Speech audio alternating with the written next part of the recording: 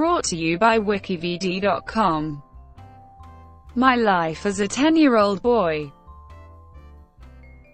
My Life as a 10-Year-Old Boy is an autobiography written by Nancy Cartwright.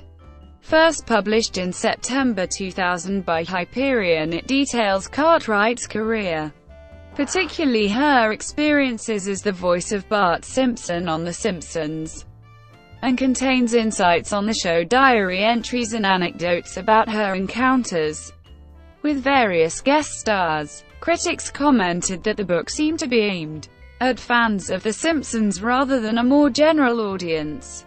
Other criticisms included the simplicity of the writing and a lack of interesting stories. In 2004, Cartwright adapted the book into a one-woman show, which she has performed in the UK and North America, including at the Edinburgh Festival Fringe. Background. In the opening chapter, Cartwright writes, "About 5 years ago I decided I wanted to write this book. I knew that The Simpsons would end someday. I decided that I wanted to write it while the show was still on the air." In an interview with Scotland on Sunday, she added, "I wanted to tell my story and I needed to because I get so much fan mail. People are so interested in the whole process, how it all comes together.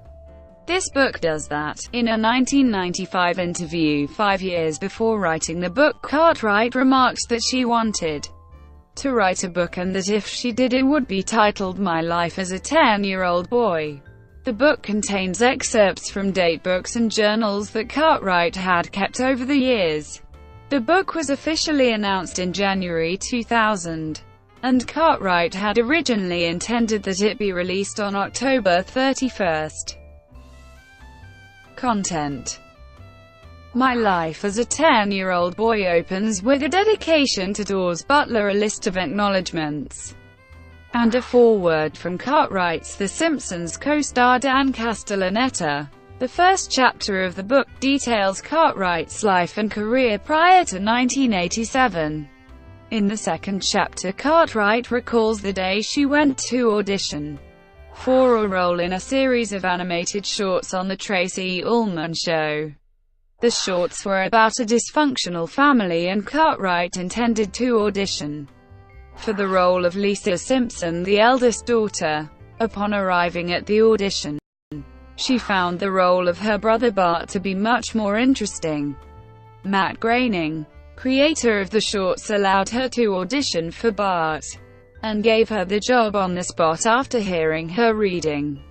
From there, the book contains her experiences as the voice of Bart.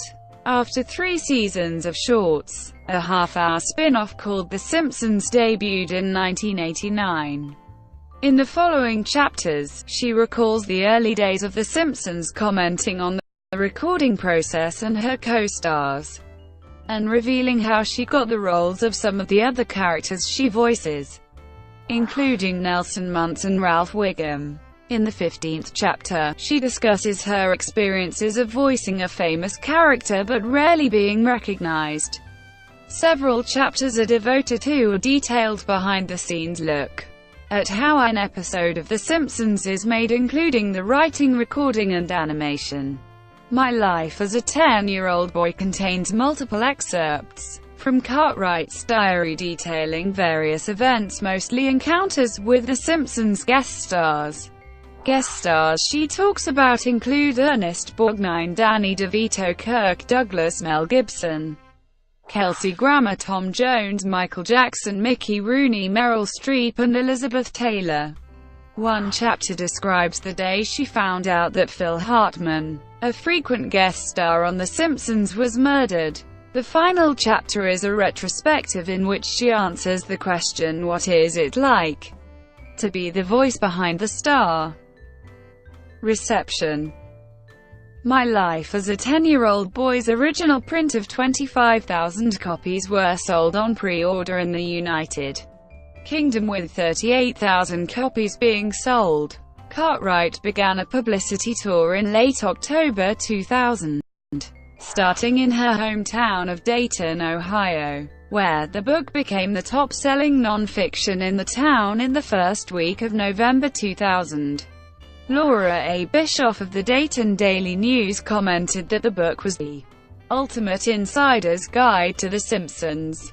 However, several critics commented that the book was straightforward and presented few interesting stories. Susan Shapiro of the New York Times wrote that, although the paradoxes of being a celebrity nobody knows are interesting, the photographs, diary entries and overly cute commentaries make this book feel like a personal scrapbook.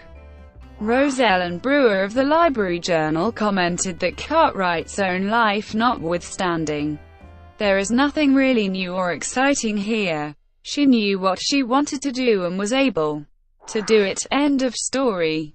Lee Backus of The Province wrote that this little book, by the voice of Bart Simpson, reads as if it were written by a 10-year-old boy.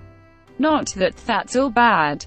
Cartwright, who voices Bart along with Ralph Wiggum and a few others on The Simpsons, gives a very unchallenging tour behind the scenes of the phenomenally successful series. It's kind of fun to discover how the show is put together, and how an adult woman snagged one of the coolest jobs in the world, if only it wasn't all so relentlessly perky. Another common criticism was that the book was aimed at fans of The Simpsons, and not a general audience. A preview in People said the bottom line was that the book is for die-hard fans only. Backus concurred, saying Cartwright writes as if she were speaking to devotees of The Simpsons fan club, too often providing bland tidbits of background that only obsessives would ever really care about. Rob Sheridan of the National Post also believes that the book is aimed squarely at rabid Simpsons fans and criticized the writing, commenting that the chronology of her story is sometimes muddled, and a lot of sentences have that first draft feeling, but none of this is anything to have a cow about. Stage adaptation. In 2004, My Life as a 10-Year-Old Boy was adapted into a one-woman play, described as a romp through Springfield through Cartwright's eyes. The first portion of the play is scripted, and includes anecdotes from Cartwright, dialogue performed in her characters' voices, and video clips from The Simpsons.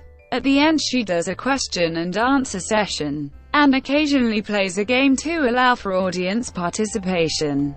Cartwright's friend Rose Goss co-wrote the play and serves as director.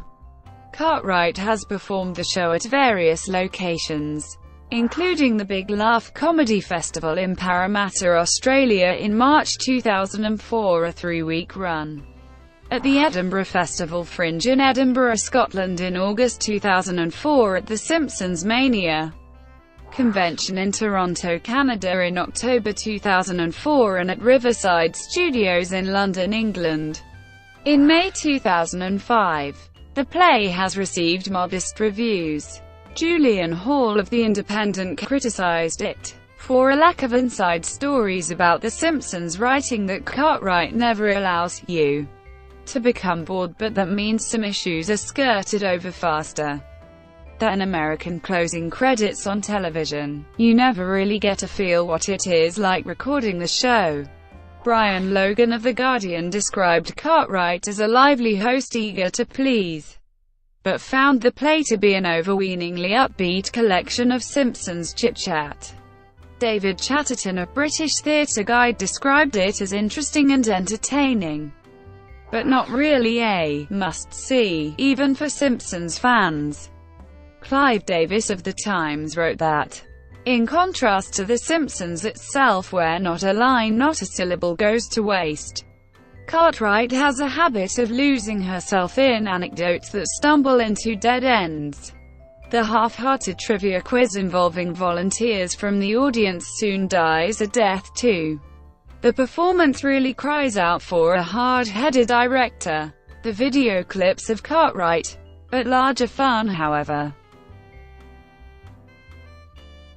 Brought to you by WikiVidi.com.